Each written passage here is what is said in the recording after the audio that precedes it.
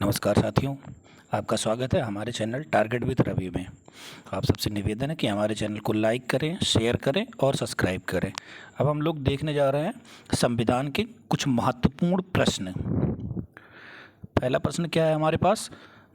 भारत की संविधान सभा के संवैधानिक सलाहकार कौन थे?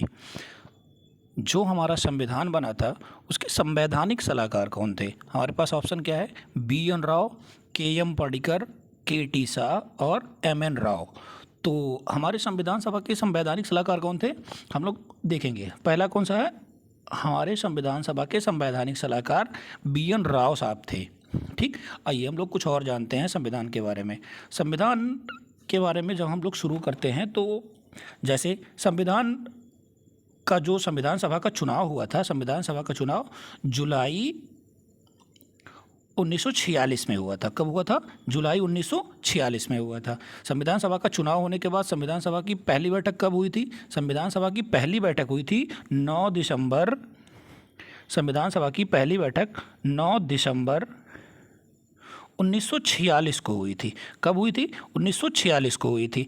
उसी में संविधान सभा का अस्थायी अध्यक्ष चुना गया था। अस्थायी अध्यक्ष किसे चुना गया था? अस्थायी अध्यक्ष चुना गया था सच्चिदानंद सिन्हा जी को। ठीक, और इसकी दूसरी बैठक कब हुई थी? इसकी दूसरी बैठक हुई थी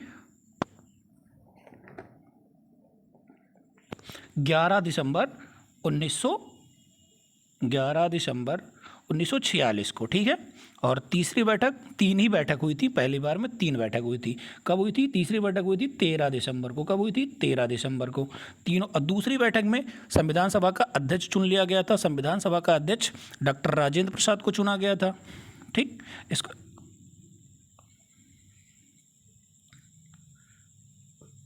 तो इस क्वेश्चन का आंसर हाँ। और बी.एन. राव साहब के बारे में कुछ बातें और जानते हैं।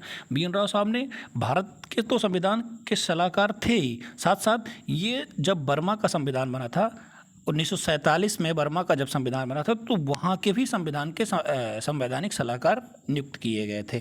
ठीक, इन्हें 1950 से 1952 तक संयुक्त राष्ट्र सुरक्षा परिषद में भारत का प्रतिनिधित्व करने को मिला था, जो सब स्वतंत्र भारत के सबसे पहले थे। ठीक, अगला क्वेश्चन हमारे पास क्या है? अगला क्वेश्चन है हमारा, संविधान सभा की पहली बैठक कब हुई थी? अभी हमने पीछे आपको बताया है संविधान सभा की पहली बैठक कब हुई थी। संविधान सभा की पहली बैठक हुई थी 9 दिसंबर 1946 को। ये थोड़ा रिवीजन भी कर लेते हैं। पहली बैठक कब हुई? 9 दिसंबर को हुई। दूसरी बैठक कब हुई? दूसरी बैठक हो गई 11 दिसंबर को। तीसरी बैठक कब हुई? 13 दिसंबर को। सारी बैठक कब हुई थी? 1946 में ही हुई थी। अगला क्वेश्चन हम लोग देखते हैं। हाँ, अगला क्वेश्चन ठीक क्वेश्चन है। अगला क्वेश्चन है, भारत का संविधान कब अंगीकृत किया गया? अब इसमें, इस क्वेश्चन में काफ़ी ज़्यादा कन्फ्यूजन होती है कि भारत का संविधान कब अंगीकृत किया गया, कब पूर्ण रूप से अपनाया गया। और तो भारत का संविधान कब अंगीकृत किया गया था? 26 नवंबर 1949 को। कब अंगीकृत किया गया था? 26 नवंबर 1949 को अंगीकृत किया गया था। ठीक, और ये लागू पूर्ण रूप से प्रभावी कब हुआ था? पूर्ण रूप से प्रभावी हुआ 26 जनवरी 1950 को। ठीक,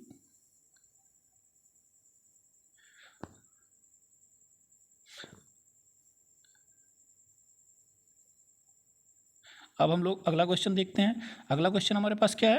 अगला क्वेश्चन है हमारे पास, भारतीय संविधान के भाग 1 में कौन सा अनुच्छेद वर्णित है? भारतीय संविधान के भाग 1 में कौन सा अनुच्छेद वर्णित है? तो भारतीय संविधान के भाग 1 में कौन सा अनुच्छेद वर्णित है? भारतीय संविधान के भाग 1 में 1 से लेके 4 तक अनुच्छेद वर्णित है। पहले अनुच्छेद में क्या कहा जाता है? पहले अनुच्छेद में कहा गया भारत राज्यों का संघ है। अनुच्छेद पहले में क्या कहा जाता है? भारत राज्यों का संघ है। अगला क्वेश्चन हमारे पास क्या है? अगला क्वेश्चन है हमारे पास कि संविधान सभा का अस्थायी अध्यक्ष किसे चुना गया था? तो संविधान सभा का अस्थायी अध्यक्ष जब पहली बैठक हुई थी 9 दिसंबर 1946 को, तो किसको चुन लिया गया था?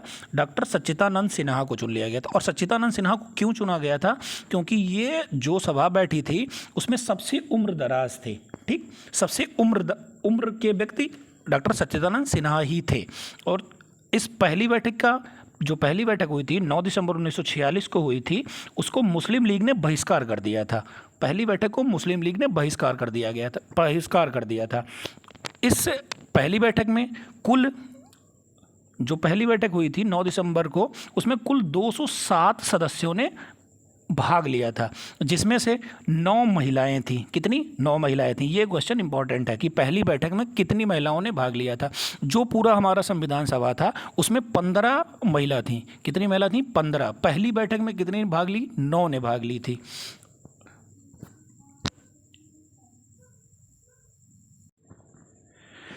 फिर आते हैं हम लोग, इसमें आते हैं फिर दूसरी बैठक कब हुई? 13 दिसंबर को हुई, जिस दिन हमें संविधान का अस्थाई अध्यक्ष मिल गया। हमारे संविधान का अस्थाई अध्यक्ष किसे चुना गया?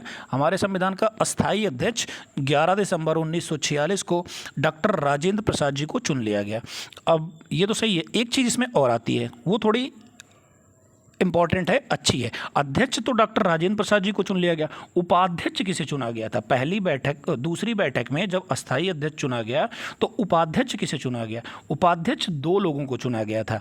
पहले उपाध्यक्ष कौन थे? एच.सी. मुखर्जी जी को चुना गया। किसको चुना गया? एच.सी. मुखर्जी जी को चुना गया। और दूसरे अध्यक्ष किसे बनाया गया? के.टी. कृष्णम्माचारी जी को। किसको? के.टी. कृष्णम्माचारी जी को। 2 उपाध्यक्ष चुने गए। कौन कौन से? एक एच.सी. मुखर्जी और दूसरा के.टी. कृष्णम्माचारी को। जब तीसरी बैठक हुई तो उस दिन क्या पेश किया गया? उद्देश्य प्रस्ताव पेश किया गया। उद्देश्य प्रस्ताव 13 दिसंबर को उद्देश्य प्रस्ताव पेश किया गया। किसने पेश किया? पंडित जवाहरलाल नेहरू, पीटी नेहरू ने उद्देश्य प्रस्ताव पेश किया। उद्देश्य प्रस्ताव पे चर्चा होने के बाद 22 जनवरी 1947 को हमारा उद्देश्य प्रस्ताव स्वीकार कर लिया गया। हमारा उद्देश्य प्रस्ताव जब स्वीकार कर लिया गया 22 जनवरी 1947 को। इसके बाद संविधान सभा की कुल कितनी बैठकें की गई? संविधान सभा के द्वारा कुल 12 बैठकें की गई। कितनी बैठकें की गई? 12 बैठकें की गई। कितने अधिवेशन हुए? अधिवेशन हुए थे 11, ठीक है, 11 + 1 मतलब 12। पहले 11 अधिवेशन हुआ, एक आखिरी दिन अधिवेशन हुआ। संविधान अंगीकृत आपको मैंने अभी बताया 26 नवंबर 1949 को किया गया था, जिसमें से 16 अनुच्छेद लागू किए गए। 16 अनुच्छेद लागू किए, बाकी जितने अनुच्छेद बचे वो 26 जनवरी 1950 से लागू कर दिए गए। एक फैक्ट इसमें और देखते हैं, जो हमारा संविधान सभा है उस पर सबसे 284 लोगों ने हस्ताक्षर किया। कितने लोगों ने हस्ताक्षर किया? 284 लोगों ने हस्ताक्षर किया। फर्स्ट व्यक्ति थे जिन्होंने हस्ताक्षर किया था वो थे पीटी नेहरू, और लास्ट व्यक्ति ने हस्ताक्षर किया था वो डॉक्टर राजेंद्र प्रसाद थे, जो हमारे संविधान सभा के अध्यक्ष भी थे। इस वीडियो में इतना ही। आप हमारे वीडियो को लाइक करें, शेयर करें, सब्सक्राइब करें और हमें सपोर्ट करें। हम ऐसे ही अच्छे क्वेश्चन आपके पास लाते रहेंगे। धन्यवाद।